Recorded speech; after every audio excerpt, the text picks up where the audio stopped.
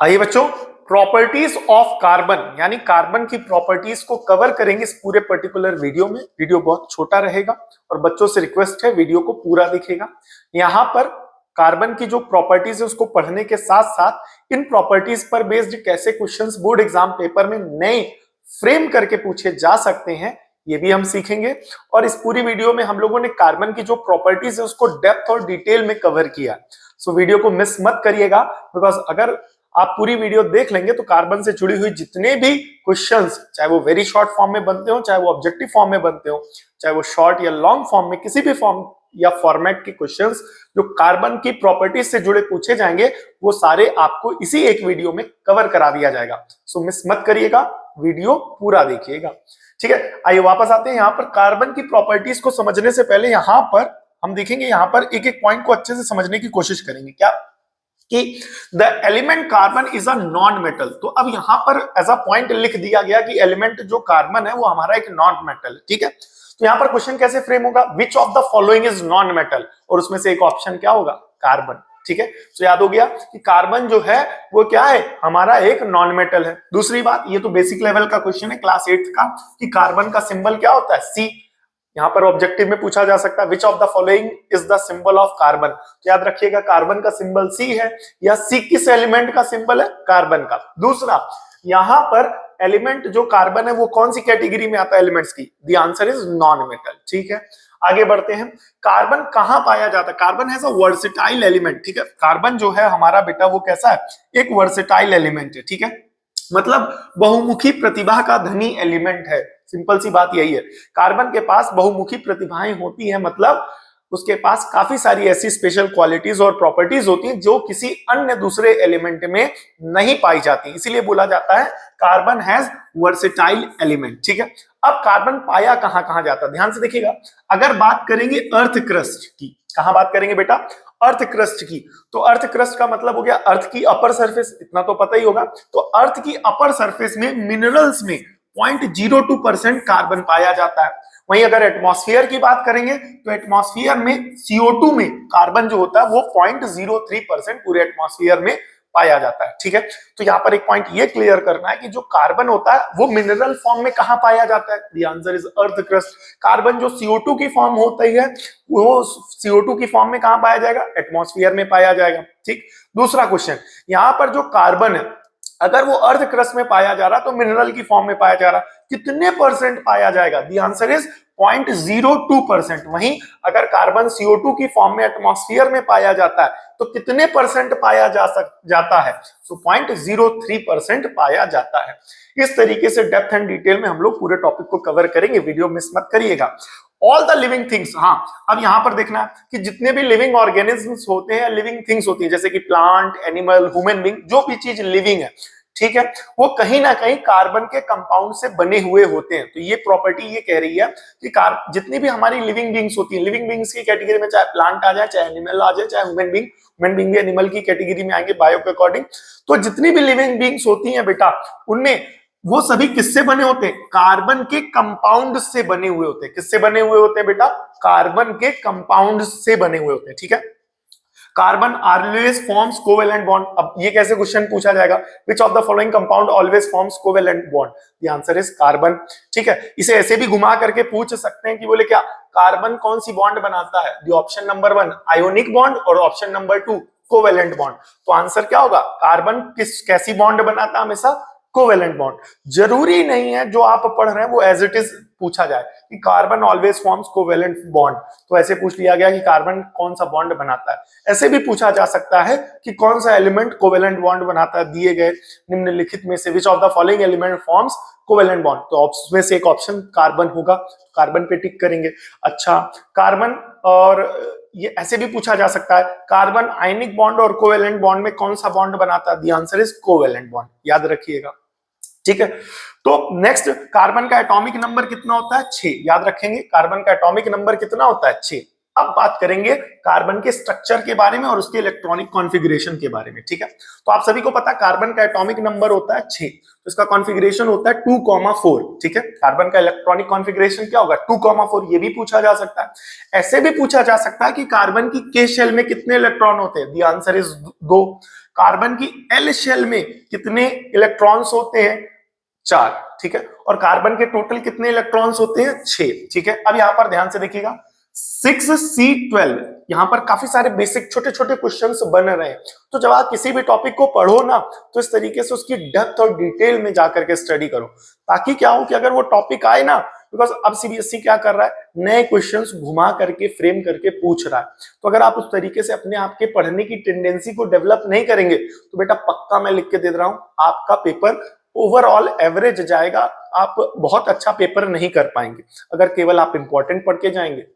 Because case study based question और higher order thinking skill questions और इस तरीके से जो भी कॉम्पिटेंसी बेस्ड क्वेश्चंस आ रहे हैं, वहां पर इस तरीके से नए क्वेश्चंस को फ्रेम करके पूछा जा रहा है। तो अगर आप प्रॉपर फ्रेम करके पढ़ना सीखेंगे, तभी आप वहां पर कर पाएंगे। ठीक है, अब ये एज इट इज नहीं आएगा कि बोले क्या कार्बन का इलेक्ट्रॉनिक कॉन्फ़िगरेशन क्या होता है, ऐसे ही लिख दो बस। अब इसमें ऐसे भी तो कई बच्चे रट लेते हैं, तो सीबीएसई ने कहा अच्छा सब लोग रट के आ रहे हो, इंपॉर्टेंट पढ़ के आ रहे हो, तो बोले क्या अब अच्छा अभी बताओ कि के शेल में कितने इलेक्ट्रॉन होते हैं, तो बोले क्या 2। एल शेल में कितने इलेक्ट्रॉन होंगे, 4। ठीक है, तो इस तरीके से समझो। यहाँ पर ये जो नीचे लिखा जाता है बेटा, इसे ऐसे भी लिखते हैं और इसे ऐसे भी लिखते हैं, 6C12। ठीक है, तो बेटा ये जो नीचे लिखा गया इस तरीके से यहाँ पर, ठीक है, ठीक है, एक मिनट, 6C12। ठीक है, तो ये जो बेटा 6 है हमारा, ठीक है, ये जो 6 है इसे कहते हैं बेटा एटॉमिक नंबर। ठीक है, जिसका सिंबल होता है बेटा Z। ठीक है, तो कार्बन के एटॉमिक नंबर का जो Z होता है, यानी एटॉमिक नंबर जो होता है वो कितना होता है, 6। ठीक है, अब आप सभी को पता है क्लास 9th में बताया जाता है कि एक एलिमेंट के जितने इलेक्ट्रॉन होते हैं, जितना एटॉमिक नंबर होता है या जो एटॉमिक नंबर होता है, वही नंबर ऑफ इलेक्ट्रॉन्स होते हैं और उतने ही नंबर ऑफ प्रोटॉन होते हैं। तो इसका मतलब ये हुआ कि जो नंबर ऑफ इलेक्ट्रॉन्स है बेटा, number of electrons in C atom, carbon के एटम में वो कितने होंगे, 6। और इसका मतलब ये भी हुआ कि नंबर ऑफ इलेक्ट्रॉन्स इन, ठीक है, यहां पर इलेक्ट्रॉन्स नहीं प्रोटॉन्स होगा। ठीक है, यहां पर क्या होगा, प्रोटॉन, क्योंकि एक एटम में कुछ जितने भी एलिमेंट्स के एटम होते हैं वो इलेक्ट्रिकली न्यूट्रल होते हैं, तो जो उनका एटॉमिक नंबर होता है वही नंबर ऑफ इलेक्ट्रॉन होता है और वही नंबर ऑफ प्रोटॉन होता है। So number of proton in C atom, C के एटम में कितने प्रोटॉन होंगे, द आंसर इज 6। ठीक है, अब ये जो ऊपर लिखा जाता है मेरे भाई, ये जो 12 है, ये इसका क्या है बेटा, मास नंबर। तो मास नंबर का सिंबल होता है A, तो मास नंबर कितना है, 12। ठीक है, अब ये मास नंबर किसके बराबर होता है, क्वेश्चन घुमा करके। अब देखो यहां पर समझो कि कैसे क्लास 9th का क्वेश्चन 10th में पूछा जा सकता है, वो भी ऑब्जेक्टिव में, ये समझेंगे अपन लोग। ठीक है, तो यहाँ पर मास नंबर है 12। मास नंबर का मतलब होता है बेटा number of proton plus number of neutron. तो मास नंबर कितना है, 12। तो प्रोटॉन की संख्या, नंबर ऑफ प्रोटॉन कितने हैं, 6, तो यहां पर रख दिया। इसके बाद निकालेंगे नंबर ऑफ न्यूट्रॉन, जो कि आएगा यहां पर इस तरीके से लिख दिया। अब प्लस का 6 उधर चला जाएगा, तो यहां पर नंबर ऑफ न्यूट्रॉन कितनी हो जाएंगे, 12 माइनस 6, 6। तो न्यूट्रॉन की संख्या कितनी होती है, 6। प्रोटॉन की संख्या कितनी होती है, 6। इलेक्ट्रॉन की संख्या कितनी होती है, 6।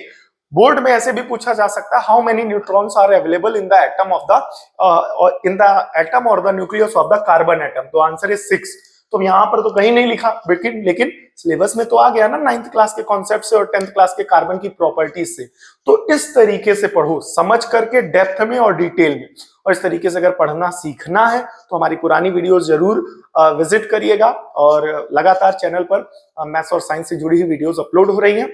और दूसरी बात यह भी है कि नए सेशन से जुड़े हुए आपके संपर्क में जो भी बच्चे हैं, दोस्त हैं, भाई हैं, बहन हैं, उन तक जरूर वीडियो को शेयर करें। 9th क्लास का भी कंटेंट चैनल पर रेगुलर अपलोड होने वाला है बहुत जल्द। सो 9th क्लास का भी कोई जुड़ा हुआ हो तो उन तक जरूर शेयर करें। सीबीएसई के जो बच्चे या यूपी बोर्ड के जो बच्चे या स्टेट बोर्ड के जो भी बच्चे हमारे साथ रेगुलर जुड़े हुए हैं, फॉलो करें। उनको बताना चाहूंगा 11th 12th की मैथ से जुड़ा हुआ भी हमारा नया चैनल बनने वाला है। 12th का कंटेंट अपलोड हो रहा है, उसका लिंक बहुत जल्दी आपको YouTube के इस चैनल पे आपको अवेलेबल करा दिया जाएगा, उसका डिटेल दे दिया जाएगा। ठीक है, सो जो 11th में या 12th में मैथ्स भी पढ़ना चाहते हैं तो हमारे नए चैनल को भी जरूर सब्सक्राइब कर ले, और हाँ वो घंटी बजाना ना भूलना। ठीक है, वापस आते हैं। तो अब यहां पर इसके स्ट्रक्चर को समझते हैं। देखो बेटा, ये होता है न्यूक्लियस, ठीक है। अब न्यूक्लियस के अंदर आप सभी को पता कि किसी भी एटम के न्यूक्लियस के अंदर प्रोटॉन और न्यूट्रॉन पाए जाते हैं। तो प्रोटॉन कितने मेरे भाई, प्रोटॉन देखो कितने अच्छे, ठीक है, एक मिनट रुकना। प्रोटॉन कितने हैं, प्रोटॉन दिख रहा होगा 6, तो यहां पर हो गया 6 प्रोटॉन, और न्यूट्रॉन कितने हो गए बेटा 6, तो ये हो जाएगा 6 न्यूट्रॉन, ठीक है। ये हो जाएगी हमारी पहली शेल जिसे के कहेंगे, और इसमें कितने इलेक्ट्रॉन होंगे 2, ठीक है, ये हो गए 2 इलेक्ट्रॉन। और ये हो गया हमारा क्या, दूसरी शेल जिसे कहेंगे एल, और इसमें कितने इलेक्ट्रॉन 4, तो 1 2 3 4, ठीक है। अब ये ऐसे भी पूछ सकता है, draw the atomic structure of carbon atom, तो ये बना देना। तो अब ये तो 9th क्लास में बताया गया था, बट कार्बन की प्रॉपर्टीज और ये सारी चीजें तो 10th क्लास में है। तो क्या 9th क्लास की चीजों को रिलेट होती हुई चीजों को पूछा नहीं जा सकता, पूछा जाता है। अब यही चीजें इसी तरीके से फ्रेम करके सीबीएसई बोर्ड एग्जाम पेपर में क्वेश्चन पूछ रहा है। जब इस तरीके से डेप्थ एंड डिटेल में पढ़ेंगे तभी आने वाले बोर्ड एग्जाम पेपर में अच्छा कर पाएंगे। अदर स्टेट बोर्ड्स भी इस पैटर्न को फॉलो कर रहे हैं, तो मिस मत करिए ये सारी चीजें, रटिए नहीं कि आखिरी में केवल बोर्ड एग्जाम, सेमेस्टर एग्जाम आ गए, हाफ ईयरली आ गया, या बोर्ड एग्जाम आ गया, या प्री बोर्ड आ गया, तो वो केवल इंपॉर्टेंट पढ़ के जाए। जो बच्चे केवल इंपॉर्टेंट पढ़ के जा रहे हैं वो 60-70% से ज्यादा सच बता रहे हैं, नहीं कवर कर पा रहे हैं। जिन्होंने साल भर पढ़ाई की है, साल भर मेहनत की है, वही 90% ऊपर जा पा रहे हैं। रीजन क्या है, अब बोर्ड ने भी अपना बदल दिया है, ठीक है, पैटर्न, ठीक है। उन्होंने भी यही पूरा डिसाइड कर लिया कि बच्चे केवल इंपॉर्टेंट पढ़ के आ जाते हैं, अब हम इंपॉर्टेंट नहीं देंगे, अब हम चीजें घुमा करके देंगे, अब हम चीजें ट्विस्ट करके देंगे। अब देखते हैं कि बच्चा दिमाग लगा पा रहा है कि नहीं लगा पा रहा है, बच्चा सोच करके आंसर कर पा रहा है कि नहीं। एज इट इज डायरेक्ट जो था ना क्वेश्चन आंसर, वो पूरा फंडा खत्म किया जा रहा सीबीएसई के द्वारा, ठीक है। तो भ्रम में मत जिए कि आखिरी में केवल इंपॉर्टेंट पढ़ लिया तो फिर हमारे नंबर आ जाएंगे, नहीं आएंगे मेरे भाई, पक्का नहीं आएंगे, ठीक है। नेक्स्ट देखेंगे, carbon is tetravalent in nature. Tetravalent का मतलब ये हो गया कार्बन की टोटल 4 वैलेंसीज होती हैं। कार्बन की कितनी वैलेंसीज होती है, 4। ऑब्जेक्टिव में भी पूछा जा सकता है कि कार्बन की कितनी वैलेंसी होती है, 4। या कार्बन किस टाइप की वैलेंसी शो करता है, याद रखिएगा कार्बन शो करता है आपकी टेट्रावैलेंसी। कैसी वैलेंसी शो करता है बेटा, टेट्रावैलेंसी शो करता है, ठीक है। It does not form ionic compound, carbon कभी भी आयनिक कंपाउंड नहीं बनाता। अब इस पर एक मस्त सा ऑब्जेक्टिव बनाता हूं मैं आपको, ठीक है। विच ऑफ द फॉलोइंग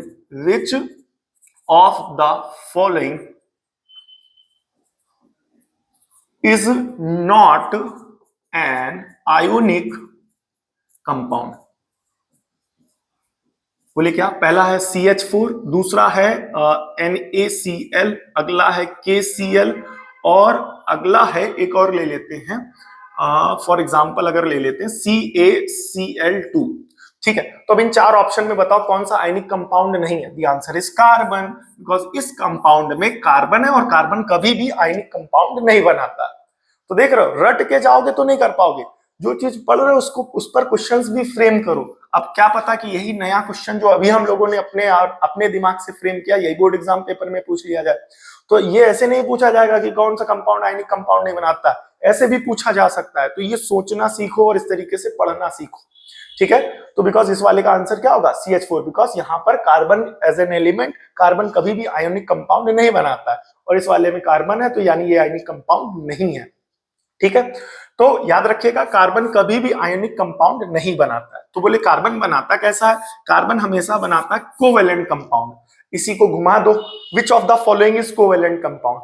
अब इसी क्वेश्चन को क्या कर दिया हमने, इसी क्वेश्चन को हमने घुमा दिया, इसी क्वेश्चन को घुमा दिया कि इन चारों में से कौन सा कंपाउंड कोवेलेंट है। द आंसर इज CH4, क्योंकि कोवेलेंट कंपाउंड कौन बनाता है, कार्बन ही बनाता है।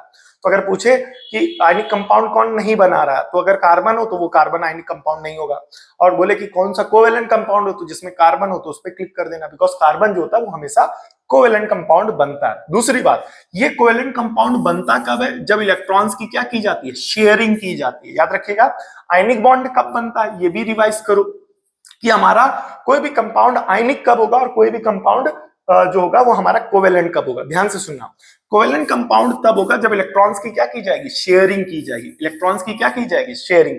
वहीं आयनिक कंपाउंड कब होगा, कोई भी कंपाउंड आयनिक कंपाउंड तब होगा जब वो आयनिक कंपाउंड तब होगा जब एक एटम इलेक्ट्रॉन दे दे और एक इलेक्ट्रॉन ले ले, यानी इलेक्ट्रॉन का डोनेशन और गेनिंग होगा जहां पर, वो कंपाउंड क्या कहलाएगा, आयनिक कंपाउंड, ठीक है, जो कार्बन नहीं करता है। दूसरी बात, जहां पर इलेक्ट्रॉन्स की शेयरिंग की जाती है, इलेक्ट्रॉन्स शेयर होते हैं, वो कंपाउंड क्या कहलाते हैं? कोवेलेंट कंपाउंड कहलाते हैं। ठीक है, दूसरी बात, अब बहुत इंपॉर्टेंट पॉइंट है, इस पर इसको रटना नहीं है, समझना, ध्यान से देखिएगा। The atoms of other elements के एटम जैसे कि कौन कौन? Hydrogen, oxygen, nitrogen and chlorine also forms bond by sharing electrons. तो ये याद रखना, इस पर भी काफी अच्छा और तगड़ा ऑब्जेक्टिव बन रहा है कि कौन से ऐसे एलिमेंट्स हैं जो कार्बन के साथ कोवेलेंट बॉन्ड बनाते हैं। कौन से ऐसे एलिमेंट्स हैं जो कार्बन के साथ कोवेलेंट बॉन्ड बनाते हैं? The option is hydrogen, oxygen, nitrogen and chlorine. तो इसी में ऑब्जेक्टिव में दे देगा, या फॉर एग्जांपल ये वाला स्क्रीनशॉट ले लो आप लोग। ठीक है, अच्छा क्वेश्चन है, ठीक है, अभी बनाया। तो इस तरीके से पढ़ो, तो आप लोग भी कुछ क्वेश्चंस फ्रेम करो। अगर अभी आपके दिमाग में कोई क्वेश्चन फ्रेम हुआ है ना, तो कमेंट करके जरूर बताना। ठीक है, तो यहां पर ध्यान से देखो कि which of the following forms bond with carbon. ठीक है, तो अब ये नया क्वेश्चन है आपका, हो गया। पूरी क्वेश्चन बैंक ढूंढी थी, पूरी एनसीईआरटी चाट ली थी, कहीं मिला ही नहीं। तो ये पता होना चाहिए। यहाँ पर जब आप वर्सेटाइल नेचर पढ़ रहे होंगे एनसीईआरटी में, वहां दिया गया होगा, और अगर नहीं दिया गया तो वहां तो बोला जाएगा कार्बन कोवेलेंट बॉन्ड बनाता। तो अगर तुमने इस लाइन को पढ़ा और तुम साइंस के स्टूडेंट हो, तो तुम्हारे दिमाग में ये स्ट्राइक क्यों नहीं किया कि अगर कोवेलेंट बॉन्ड बनाता तो किन एलिमेंट के साथ बनाता है? आयनिक नहीं बनाता तो क्यों नहीं बनाता? इसके लिए अगली वीडियो, इसका जो प्रॉपर रीजन है कि कार्बन आयनिक कंपाउंड क्यों नहीं बनाता, उसको अगली वीडियो में कवर करेंगे, बिकॉज वो काफी डिटेल में मैं आपको बताऊंगा। ठीक है, तो यहां पर which of the following forms bond with carbon, कौन कार्बन से बॉन्ड बनाएगा? अब ध्यान से देखना, option number 1 Na, option number 2 Ca, ठीक है, ऑप्शन नंबर 3 बोले क्या? Cl, और ऑप्शन नंबर 4 Mg। ठीक है, तो यहां पर लिखा है, अगर ये वाली लाइन याद करी होगी, समझी होगी, बेसिकली रटी नहीं होगी, तो आप रिलेट कर पाओगे कि यहां पर क्लोरीन है, तो यहां पर क्या हो जाएगा? क्लोरीन जो होगा वो कार्बन से बॉन्ड बनाएगा। तो ऐसे कौन से एलिमेंट के एटम होते हैं जो कार्बन से बॉन्ड बनाएंगे? याद रखना, बोले कौन? Oxygen, hydrogen, nitrogen, chlorine. Oxygen, hydrogen, nitrogen और क्लोरीन। क्लियर हो गया कि नहीं हो गया? तो ये याद रखिएगा, 6, 7 और ठीक है, ओके, ये पार्ट आया। अब ध्यान से सुनना, ये लास्ट बट नॉट लीस्ट है क्या? The bond formed by sharing of electrons between same और different atoms are called covalent bond. अब समझना ध्यान से, इसको अच्छे से समझते हैं। यहां पर बेसिकली होता क्या है, कार्बन अपने साथ इलेक्ट्रॉन्स की शेयरिंग करता है, और कार्बन अपने साथ या तो हाइड्रोजन के साथ, या तो ऑक्सीजन के साथ, या तो नाइट्रोजन के साथ, और या तो फिर सल्फर के साथ भी बनाता है शायद। आई थिंक सल्फर के साथ भी बनाता है, चेक करना पड़ेगा यहाँ पर। ठीक है, बिकॉज ये हो गया ऑक्सीजन, और यहाँ पर और कौन रहेगा बेटा आपका? क्लोरीन। ठीक है, तो यहाँ पर ये हो जाएगा क्लोरीन। क्लियर हो गया कि नहीं हो गया? क्योंकि थायो का ग्रुप एस से बनता है। ठीक है, आई थिंक यहाँ पर एस भी होगा, एक बार कंफर्म कर लेना आप लोग। ठीक है, आप लोग चेक करके बताना यहाँ पर एस होगा कि नहीं होगा। तो ध्यान से सुनना, तो कार्बन कोवेलेंट बॉन्ड कार्बन के साथ बना सकता है, और carbon covalent bond in atom के साथ बना सकता है। और ऐसे कौन से एलिमेंट्स हैं जिनके साथ कार्बन कोवेलेंट बॉन्ड बना सकता है? इसको आप सोचिए और सोच करके पता करिए, गुल्लू गुल्लू करिए।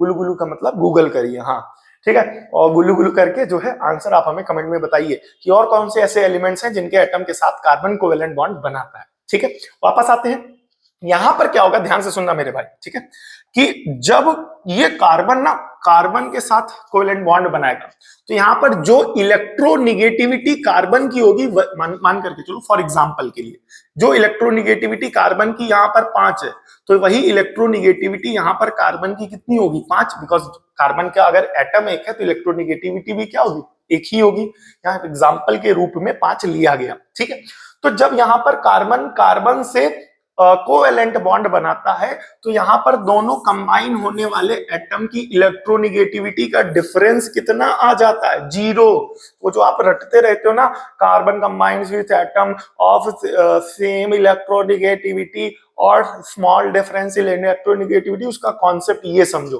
कि जब कभी भी कार्बन से कंबाइन होगा, तो जो इस कार्बन के एटम की इलेक्ट्रोनिगेटिविटी होगी, वही इस कार्बन के एटम की इलेक्ट्रोनिगेटिविटी होगी, और दोनों की इलेक्ट्रोनिगेटिविटी सेम होने के कारण इलेक्ट्रोनिगेटिविटी का डिफरेंस कितना आ जाएगा मेरे भाई?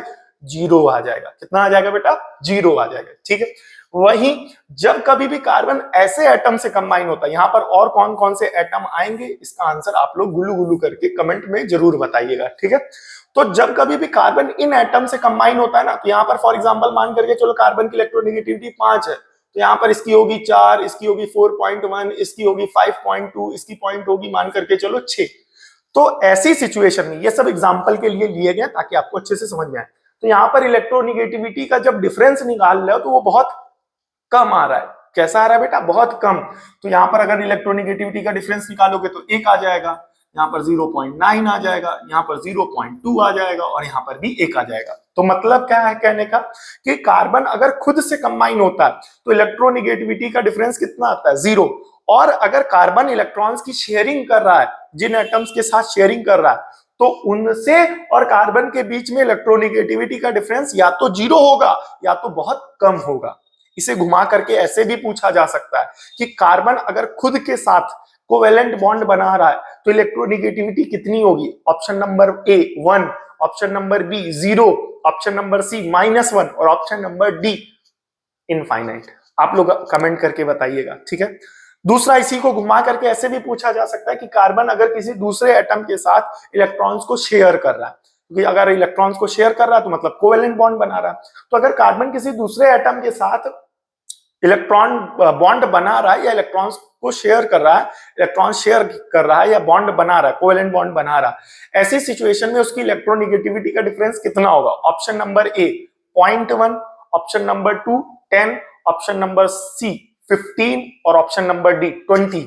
तो the answer will be logically 0.01। For example यहाँ पर 0.01 क्यों होगा? रीजन यही है कि कार्बन अगर किसी दूसरे एटम के साथ कोवेलेंट बॉन्ड बनाता है तो वहां पर इलेक्ट्रोनिगेटिविटी का डिफरेंस 0 होगा या बहुत कम होगा। 0 कब होगा? खुद से बनाएगा। इसी चीज को घुमा करके फिर से पूछा जा सकता है कि अगर कार्बन किसी एटम से कंबाइन हो रहा है, कार्बन अगर किसी एटम से कंबाइन हो रहा है और इलेक्ट्रोनिगेटिविटी का डिफरेंस 0 आ रहा है, तो जिस एटम से कंबाइन हो रहा है वो एटम कौन सा है? देख रहे हो कितना घुमा करके। अब ये सीबीएसई कहोगे ये पूरे क्वेश्चन बैंक में कहीं क्वेश्चन नहीं है, एनसीईआरटी में क्वेश्चन नहीं है, वहां लिखा था ना वो एक लाइन छोटी सी, आपने हाईलाइट करके उसको 4-4 बार रंगा पुता होगा, लेकिन आपने कभी ये नहीं सोचा होगा कि इसी चीज को घुमा करके कैसे पूछा जा सकता है। समझ में आया कि नहीं है? गुल्ली वही होगी, कभी ये धुरा कभी वो धुरा, बस यही पूरा कॉन्सेप्ट है कि पॉइंट वही रहते हैं, बस उसको घुमा घुमा करके पलटा पलटा करके अलग अलग धुरे बच्चों को दिए जाते हैं, ठीक है। तो ये मेन पर्पस होता है कि जब आप उस चीज को इतनी बार पढ़ोगे एनसीईआरटी की उस लाइन को आप देखोगे, अभी किताब उठाओगे तो पता नहीं कितनी बार कितने अलग अलग कलर के हाइलाइटर से आपने हाईलाइट कर रखा होगा, पेन से पेंसिल से अंडरलाइन कर रखा होगा, लेकिन उसी को पढ़ करके क्वेश्चन ये पूछ लिया गया कि अगर कार्बन किसी दूसरे एटम से कंबाइन हो रहा है और अगर उस एटम से कंबाइन होने पर इलेक्ट्रोनिगेटिविटी का डिफरेंस 0 आ रहा है, तो वो जो जिस एटम से कंबाइन कार्बन हुआ वो दूसरा एटम कौन होगा? आंसर बताइए। वो दूसरा एटम कौन होगा? कार्बन ही होगा, ठीक है। तो इस तरीके से दूसरी बात, जहां कहीं भी इलेक्ट्रॉन्स की शेयरिंग होती है वहां पर कोवेलेंट बॉन्ड बनता है। याद रखिएगा, ये वैसे बॉन्ड का कॉन्सेप्ट है, कोवेलेंट बॉन्ड का, इसका वीडियो बना हुआ है, चैनल पे जाके जरूर देखिएगा। तो जहां कहीं भी कार्बन जो होता है, कोई भी एटम होता है, अगर इलेक्ट्रॉन्स की शेयरिंग हो रही होती है, जहां पर दो एटम के बीच में इलेक्ट्रॉन्स की शेयरिंग हो रही होती है, एक दे रहा होता है दूसरा भी दे रहा होता है, म्यूचुअल शेयरिंग हो रही होती है, जब एक कोई देगा और दूसरा कोई लेगा तो वहां कौन सा बॉन्ड बनेगा? आयनिक बॉन्ड बनेगा। इलेक्ट्रॉन्स के देने की बात की जा रही है यहाँ पर, और कुछ देने लेने मत लगना, ठीक है। जब कोई एक एटम इलेक्ट्रॉन दे और दूसरा एटम इलेक्ट्रॉन ले, ऐसी सिचुएशन में जो बॉन्ड बनेगा वो बॉन्ड होगा आयनिक बॉन्ड। वहीं यहाँ पर अगर दो इलेक्ट्रॉन एक दूसरे के साथ इलेक्ट्रॉन्स की शेयरिंग करें तो वहां पर बनता है कोवेलेंट बॉन्ड। यहां पर जो दो एटम एक दूसरे के साथ इलेक्ट्रॉन्स की शेयरिंग कर रहे हैं, उनकी इलेक्ट्रोनिगेटिविटी या तो सेम होनी चाहिए या तो इलेक्ट्रोनिगेटिविटी का जो डिफरेंस है वो बहुत कम होना चाहिए, तभी दोनों एक दूसरे से जब इलेक्ट्रॉन शेयर करेंगे तभी कोवेलेंट बॉन्ड बन पाएगा, ठीक है, या बनेगा। तो याद रखिएगा, अगर कार्बन खुद से कंबाइन होगा तो इलेक्ट्रोनिगेटिविटी का डिफरेंस 0 आएगा, या अगर किसी दूसरे एटम से कंबाइन होगा तो वहां पर इलेक्ट्रोनिगेटिविटी का डिफरेंस काफी कम आएगा, बिकॉज इलेक्ट्रॉन्स की शेयरिंग करने के लिए जिन दो एटम्स के बीच में इलेक्ट्रॉन्स की शेयरिंग की जाती है उनकी इलेक्ट्रोनिगेटिविटी का डिफरेंस या तो 0 होना चाहिए और या तो बहुत कम होना चाहिए। दूसरी बात, अगर दोनों के बीच में इलेक्ट्रोनिगेटिविटी का डिफरेंस 0 आ रहा है तो कंबाइन होने वाला दूसरा एटम वो खुद होगा, ठीक। तो वही यहां पर वापस आते हैं, the bond formed by sharing of electrons, ठीक है, वो बॉन्ड जो शेयरिंग ऑफ इलेक्ट्रॉन्स के बीच से बनता है। बोले क्यों? ऐसे एटम्स के बीच में या तो वो सेम है और या तो वो डिफरेंट है, ऐसे बॉन्ड को क्या बोला जाता है? Covalent bond. वही मैंने बताया आपको यहाँ पर कि अगर दो एटम्स के बीच में इलेक्ट्रोनिगेटिविटी का डिफरेंस, ठीक है, दो एटम्स के बीच में इलेक्ट्रॉन्स शेयर किए जा रहे हैं और वो दो एटम या तो सेम है और या तो डिफरेंट है, तो ऐसी सिचुएशन में जो बॉन्ड बनेगा वो बॉन्ड बनेगा कोवेलेंट बॉन्ड। दूसरी बात, in a covalent bond the shared pair of electron belongs to the valence shell of both the atoms, ठीक है। इसका मतलब क्या हुआ? यहां पर इसका मतलब ये हुआ कि जैसे ध्यान से सुनना, अब यहां पर 9th का कॉन्सेप्ट उठा रहा हूं मैं, ठीक है। कहां का कॉन्सेप्ट उठा रहा हूं? 9th क्लास का। ये बेटा ये जो लास्ट शेल होती है इसे कहते हैं वैलेंस शेल। क्या कहते हैं बेटा? वैलेंस शेल, ठीक है। और इस शेल के ये जो 4 इलेक्ट्रॉन्स होते हैं ना, इन्हें कहते हैं बेटा वैलेंस इलेक्ट्रॉन। क्या कहते हैं बेटा? Valence electron.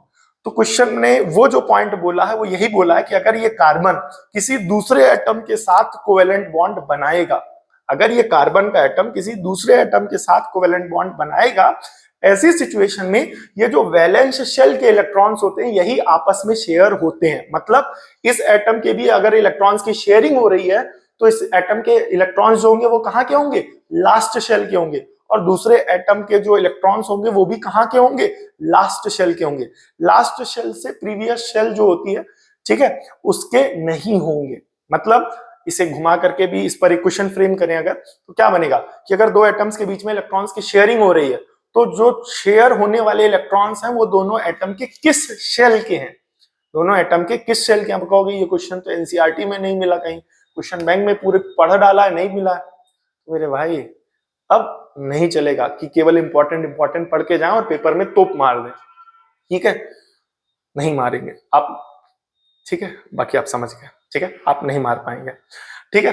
तो यहां पर एक क्वेश्चन ये है कि अगर दो एटम्स के बीच में इलेक्ट्रॉन्स की क्या हो रही है? शेयरिंग हो रही है। अगर दो एटम्स के बीच में इलेक्ट्रॉन की शेयरिंग हो रही है तो वो जो इलेक्ट्रॉन्स शेयर हो रहे हैं वो दोनों एटम की कौन सी शेल के हो सकते हैं?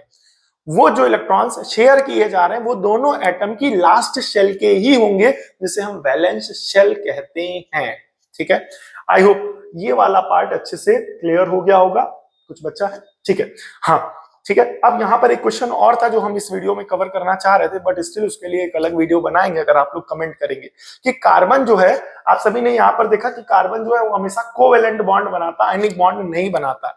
तो ऐसे क्या रीजंस हैं? अब वो बोलेगा, अब आपने फिर वही बात आ जाएगी कि ये क्वेश्चन बैंक में तो क्वेश्चन ही नहीं, एनसीईआरटी में क्वेश्चन नहीं है। तो बस यही पढ़ना है, इसी को पढ़ना कहते हैं, इसी को सेल्फ स्टडी कहते हैं, इसी को सेल्फ स्टडी कहते हैं और इसी को पढ़ना सीखना कहते हैं, ठीक है। मिलेगा कहीं नहीं आपको। तो इस तरीके से आपको फ्रेम करना सीखना पड़ेगा। लास्ट बट नॉट लीस्ट मैं यही कहूंगा कि अगर आप जानना चाहते हैं तो प्लीज एक बार कमेंट जरूर करें। वीडियो अच्छा लगा हो तो प्लीज लाइक शेयर सब्सक्राइब जरूर करें, ठीक है। और कमेंट करके जरूर बताएं क्या नेक्स्ट वीडियो बनाया जाए इस बात पर कि कार्बन हमेशा कोवेलेंट बॉन्ड ही क्यों बनाता है, आयनिक बॉन्ड क्यों नहीं बनाता है, ठीक है। अगर एक बच्चे का भी कमेंट आएगा तो मैं वीडियो जरूर बनाऊंगा। सो प्लीज जिसको भी जानना हो, साइंस का स्टूडेंट हो और जिसके अंदर इस रीजन को जानने की जिज्ञासा हो कि कार्बन हमेशा कोवेलेंट बॉन्ड क्यों बनाता है, आयनिक बॉन्ड क्यों नहीं बना पाता है, विथ प्रॉपर रीजन, ठीक है, रीजन और लॉजिक के साथ, तो प्लीज कमेंट करें, वीडियो जरूर मिलेगा आपको। और अगर 9th क्लास का कोई भी बच्चा दोस्त आपके संपर्क में हो, 10th क्लास का हो, 11th हो, 12th हो, प्लीज चैनल को जरूर शेयर करें। ज्यादा से ज्यादा मुझे आपके सपोर्ट की जरूरत है। बाय द वे आप लोग बहुत सपोर्ट कर रहे हैं, वो तो मैं एक्सेप्ट कर रहा हूँ और मेरा अच्छा लग रहा है मेरे को बनाते हुए वीडियोस, और आप लोग का सपोर्ट बहुत अच्छा मिल रहा है, ठीक है। काफी बच्चे हैं जो सजेस्ट कर रहे हैं, उनकी जो भी सजेशंस वो दे रहे हैं उनकी चीजों को मैं अपनी वीडियोस में इनकलकेट भी कर रहा हूँ, इन्वॉल्व भी कर रहा हूँ, ठीक है। आप सभी का जो सजेशन है वो हमारे लिए बहुमूल्य है, आपके लिए फ्री है बट मेरे लिए वो चीज कीमती हो जाती है। सो प्लीज अपना सजेशन जरूर दें कमेंट सेक्शन में, और लाइक शेयर सब्सक्राइब करें, घंटी जरूर बजा दें। मिलते हैं नेक्स्ट वीडियो में, तब तक के लिए जय हिंद। आप सभी वीडियो के लास्ट तक जुड़े रहे, इसके लिए बहुत बहुत धन्यवाद। आप सब बहुत अच्छे हैं। Thank you for watching.